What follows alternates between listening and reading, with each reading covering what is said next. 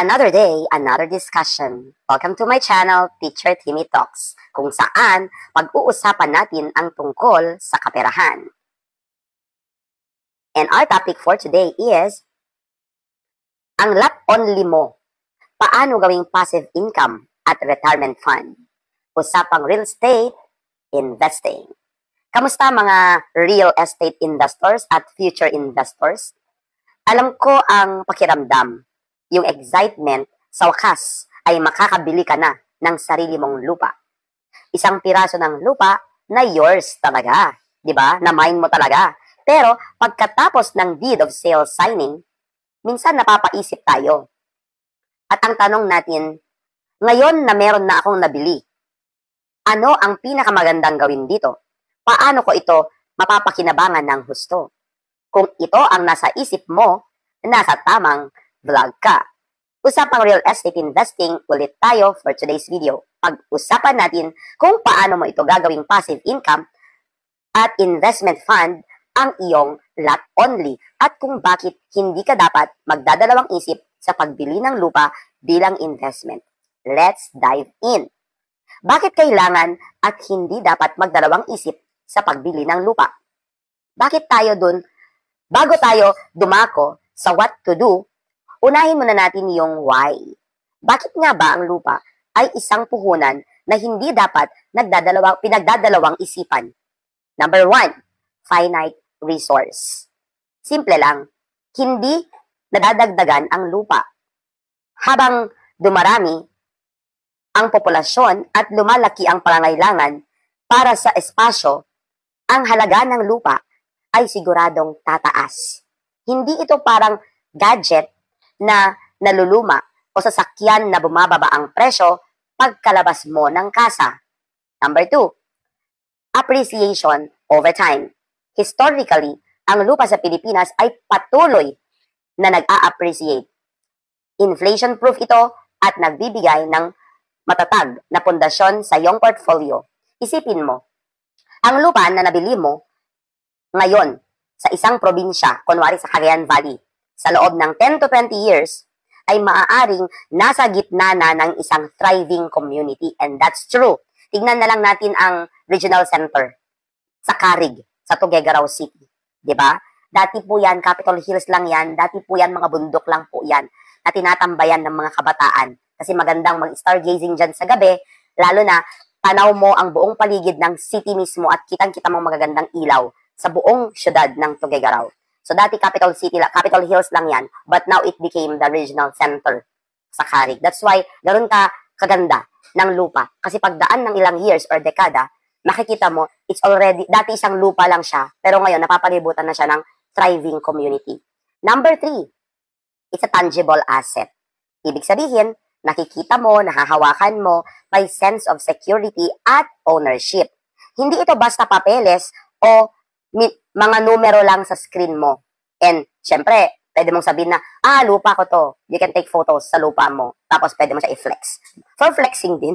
Number 4, low maintenance. Kumpara sa isang bahay or commercial building na investment, ang bare lot, ibig sabihin lot only, ay may minimal na maintenance. Wala kang aayusin na bubong, sirang tubo, or electrical wiring.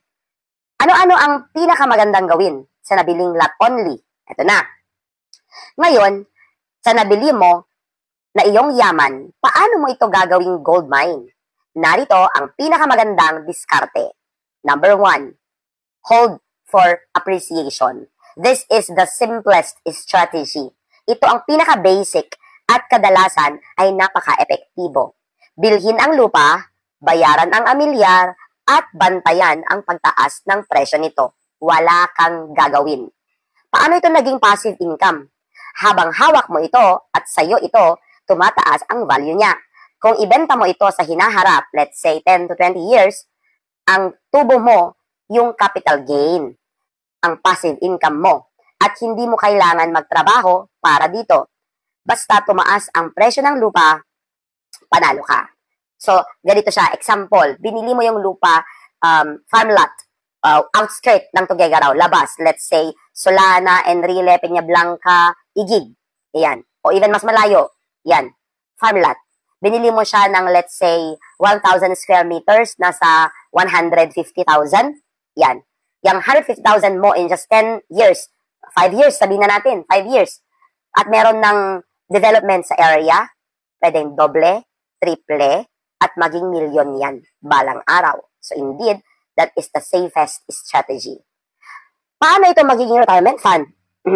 Paano ito magiging retirement fund? Sa pagtanda mo, ang lupa ay maaaring maging iyong malaking cash out. Pwede mong ibenta at gamitin ang proceeds nito para sa iyong retirement needs, travel, medical expenses, or ipamana sa iyong mga anak. See, you're on your 40s. Bumili ka ng farm lot amounting to 150,000. And 40, 50, 60. Dumaan ang 20 years that you are an employee. And soon, you are retiring. At 60, you have retired. Sa tingin mo, yung lupa mo na farm lot na worth 150,000, magkano na kaya pag 60 years old ka na at magre-retire ka na? Malamang milyon na yan. So, enough na ba yon para sa retirement funds mo? Of course, di ba? Wala kang ginawa, nag-invest ka lang sa lupa, pagdating ng panahon na kailangan mo na ng cash out, pwede mo na siyang i-liquidate. Yan.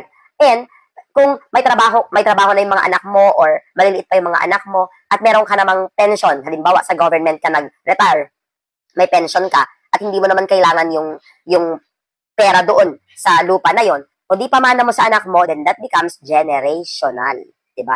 Sabi kasi ng mga magulang nung unang panahon, ang pinakamagandang pamana ay edukasyon ng mga anak. Sa ngayon po, hindi lang po edukasyon. Ang pinakamagandang pamana sa anak ay lupa rin, real estate investment din. Yes? At turuan din po natin ang ating mga anak sa real estate investing. Yan. So number 2, lease or rent out. Ito na yung low to medium effort, passive income. So yung kanina, effortless, easiest strategy. Ito naman yung low to medium. Yan. Depende sa lokasyon at laki ng iyong lote, marami kang pwedeng pagkakitaan nang hindi mo kailangan pang magtayo ng structure. For example, parking space. Kung malapit sa commercial area, sikat na restaurant, simbahan, eskwelahan, pwede mo itong gawing paid parking lot. Kailangan mo lang ng konting gravel at bakod. Temporary na bakod lang, hindi kailangan sobrang bonggang bakod. Diba? Ganun lang siya. Tapos, araw-araw, nag-generate na yan ng income the moment na pinapakingan ng mga sasakyan. Agricultural lease.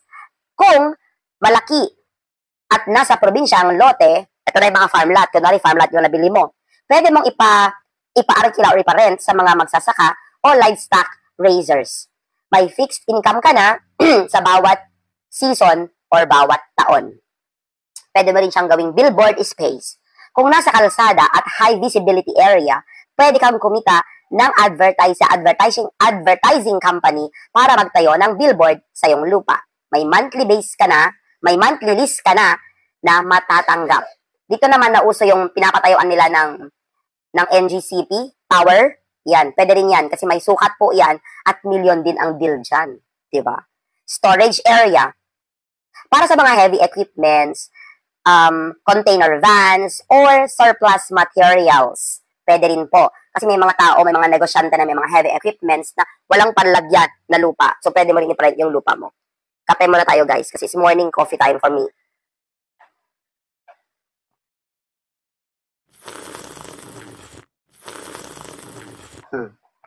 At naubos ang barako. Ilan mo lang baka dumikit sa ano ko. Ayan, let's continue. Small business venture with minimal structure. Yan na. Pwede kang magtayo ng simpleng stall para sa car wash, vulcanizing shop, sari-sari store, o small plant nursery. Yan yung mga tatanim-tanim ng mga plantita. Ikaw ang magpapaupa at kaya naman ikaw mismo ang magnegosyo. Yan, pwedeng ikaw ang magpaupa, gagawin nilang stall, temporary lang, or ikaw mismo yung magnenegosyo. Yan. Paano magiging passive income? Regular na rental income mula sa pagpapaupa ng space. Paano magiging retirement fund? Ang stable rental income ay pwedeng panustos sa iyong pang-araw-araw na gastos sa retirement or pwedeng ipunin at i-reinvest. Sabi nga nila, dapat yung investment mo not just one, but yung proceeds na kinikita mo doon, if it's a rental business, dapat ini-invest mo ulit. Kasi capital yon. Ha, capital. Kaya ang tinawag din is capital gain. Ibig sabihin, hindi mo po yun para gastusin lang, kundi para i-invest, i-reinvest po ulit. Number 3, develop for rental property. Ito ay medium to high effort, pero high passive income. Dito na pumapasok yung mas malaking capital. Pero may mas malaki namang potential na passive income. Paano? Apartment, duplex, townhouse units. Kung urbanize ang lugar na pinagbilhan mo ng lupa, magpatayo ka ng rental units. Ito ang classic passive income machine. Kailangan na initial capital lang dyan para sa construction. Pero once na may tenants ka na, tuloy-tuloy na ang iyong kita. Next, commercial space, commercial stall or commercial space. Kung nasa main road o mataong lugar ang iyong lupa, magpatayo ka ng stall or small commercial spaces para sa sari-sari store, barber shop, laundry shop, mga food stalls, mga ganyan. Kasi maraming mga maghahanap kasi along the line siya. Pwede rin namang warehouse or storage facility para sa mga negosyante na nangangailangan ng storage space. Paano maging passive income? Consistent at malaking rental income kada buwan. Bukod pa rito, tumataas pa rin ang halaga ng lupa mo kasama ng improvements. Ayan naman ang perks pag may improvement na sa lupa. Mas ipupush niya pataas ang presyo, appreciation, kasi meron ng structure. Siyempre, yung traffic din, yung tao din na pumupunta doon sa lugar, humahatak yan ng presyo, ng appreciation sa property mo. Paano magiging retirement fund? Maaari itong maging iyong pangunahing source of income sa pagtanda mo. O pwede mo itong ibenta bilang isang income-generating property na mas mataas ang valuation. Pwede mong tinayuan tapos napakinabangan mo na nga, nagparenta ka na nga, pag nag-retire ka at ayaw mo nang i-manage yung rental business mo, pwede mo na siyang i-flip. Ibenta mo na siya. So, nabenta mo na yung value appreciation ng lupa mo, tumaas ang presyo, plus the structure na ginamit mo sa pangpatayo na napakinabangan mo na kasi napaupahan mo na ng ilang dekada. Number 4, eto na, subdivide and sell. This is an active income but potentially high returns. Paano nga ba yun? Kung napakalaki ang iyong lote, pwede mo itong i-subdivide sa mas maliliit na piraso at ibenta. Ang tawag dyan, subdivided lots. Kadalasan, mas mataas ang benta ng pinagsama-samang maliliit na lote kaysa sa isang buong malaking lupa. Tandaan, mas mahal ang nakat-cut na chop-chop na lupa kaysa yung buo na lupa. Paano siya magiging passive income? Ito ay may active sa simula. Kasi andyan yung planning, permits, development, syempre road tracing, tapos mga paperworks. Pero ang kita mula sa pagbebenta ng subdivided lots ay malaking capital gain. Paano ito magiging retirement funds? Ang malaking kita mula sa pagbebenta ay pwedeng maging iyong retirement savings. Ang lupa, hindi lang investment. Ito ay legacy. Siyempre, di ba? Nakita mo naman yung mga pinakamayayamang tao sa Pilipinas. The Villar, di ba? Henry C. And C. Siblings. Yan. Go Hong Wei. Yan. Ayala. Lahat po sila yan. Mga real estate investors at developers. And proven and tested na po yan through time na mayayaman po sila. Ang pagbili ng lupa ay hindi lang basta pagkuha ng isang asset. Ito ay pagtatayo ng pundasyon para sa iyong financial security at para sa kinabukasan ng iyong pamilya. Hindi ka lang bumibili ng lupa, bumibili ka ng peace of mind, ng growth potential, at ng isang legacy na pwedeng ipasa sa susunod, na pwedeng ipasa sa susunod na henerasyon.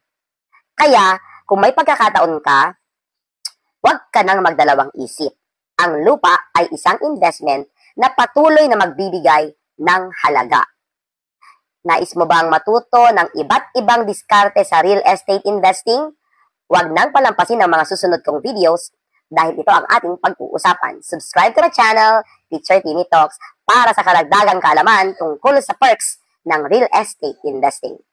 Marami pa tayong pag-uusapan tungkol sa mga pagpapayaman gamit ang real estate. So hanggang sa susunod na video, patuloy tayong mangarap at kumilos para sa ating financial goals. And this is Teacher Timmy saying, Happiness is a choice, so choose to be happy. Bye, everyone!